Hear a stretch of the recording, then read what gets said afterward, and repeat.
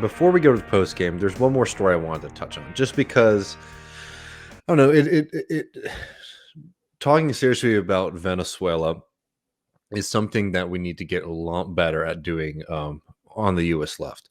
Beyond that, though, this is a really worrying area of Biden really starting to ratchet up pressure and sort of breaking down. I don't know, relations that seem like they might have been getting to a point where they were cooling. Um, so we'll do more on this in the future, but I want to just note a couple of quick things here. We're going to talk about Alex Saab, who is a Colombian businessman who has ties to Maduro in Venezuela.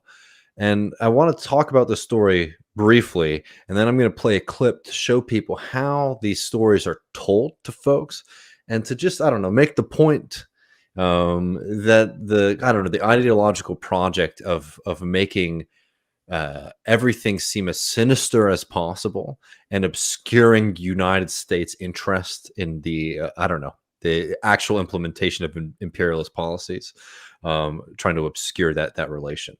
So just really briefly, and I'll be candid here. Alex Saab is a Colombian businessman who essentially has a relationship with Maduro and the Venezuelan government for one purpose. This is a guy who, I'm sorry, I know this might piss off some people, but I really don't have any doubt has a shady past and is involved in like shady dealings, right? This is a guy who the Venezuelan government works with to essentially get around the blockade and United States sanctions so that Venezuela can buy and sell things on international markets. So that means, by definition, this is somebody who is breaking the law, right? This means that this is somebody who does things like money laundering, right, and creating shell corporations. And I'm sure, as hell, the person is taking money off of the top from it, right? This is not just coming from the goodness of their heart, right? I don't want to malign them too much, but I'm just saying that, like, if in the course of these, investigations, certain unsavory things come up, I want to remind people, it's like the reason that Maduro and the Venezuelan government engage with folks like this is because they are blockaded and they face brutal sanctions that prevent them from being able to do things like buy medicine, to be able to sell oil, and to be able to import food, right? Despite all the things that the United States says that they do not try to stop them from importing food, the United States sanctions certainly play a role. I mean, put in the context of all the revelations we've had in like the past, I guess, decade now of tax avoidance. I think we can, say that maybe some positive upside as opposed to the people who just do it to have more money at the end of the day. No, exactly. And also in the same way that, like, we employ people who do things that are unsavory, right? Oh, do we? I'm sorry, man, We're not to not so burst we're your not bubble so here. innocent ourselves, okay? We're not We so even have we have actually a few departments of people who do things that most people would consider, if not illegal, to be immoral. Um, a lot of but the basically, executive branch. these are the kind of people. This is what happens when you create, when you create a regime of sanctions and blockade against a country, again, to try to eradicate a government that continues to win at the ballot box, right? So, anyways, Alex Saab is somebody. He's a Colombian businessman with ties to Maduro, who gets arrested. I can't remember what island, but he was in the Atlantic off the coast of Africa. He gets arrested by Interpol, and has now been extradited to the United States, where he is facing charges of graft, essentially, right?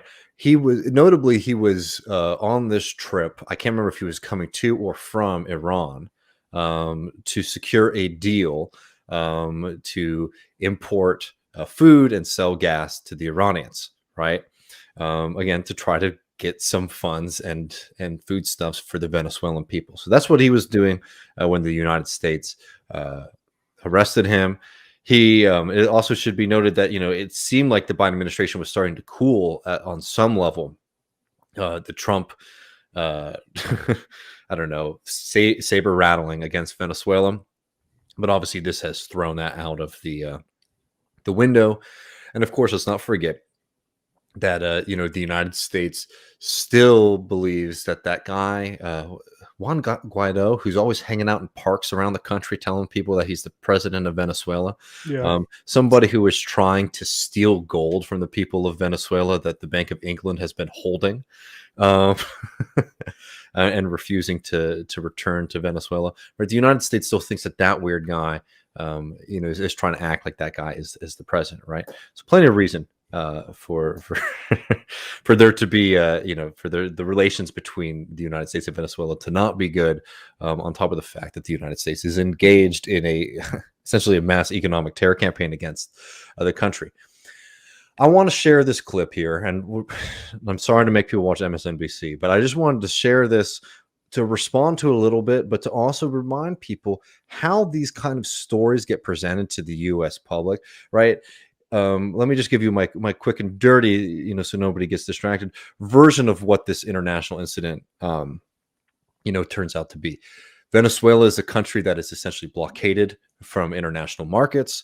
They have a guy who they use who's probably a bit shady to help them secure deals so that they can get money into their country to be able to do basic things, especially during an ongoing economic crisis. Some of it, which is self-inflicted, but hell, a lot of it has to do with the United States blockade and sanctions against the country, right?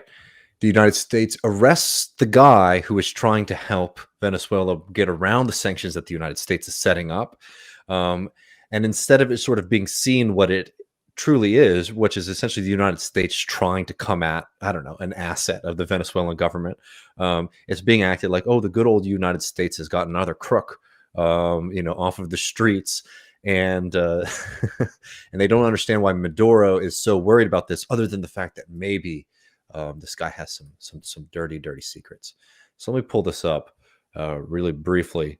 Sorry, I didn't have it. I should have had it set up a second ago. But I just think this is a really interesting segment here because, I don't know, it really does show how consent is manufactured. Just listen to the language. Listen to the language they use to describe the people in Venezuela, the language that they use to describe Maduro, etc. Because I think it's really telling. Yeah. I mean, I think if you have it ready, but I was just going to say, okay, go ahead. No, go ahead. You can go. Well, I was just going to say the pattern is it's similar to Assange, right? Like you don't have to even subscribe to everything in Assange's history to understand what's being done here. Yeah.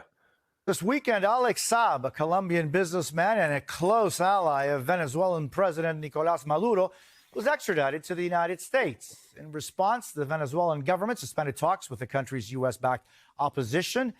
Here with more is NBC's Ali Arouzi. Ali, the government of Venezuela is clearly scared of what Alex Saab could tell the U.S. authorities. Who is this guy?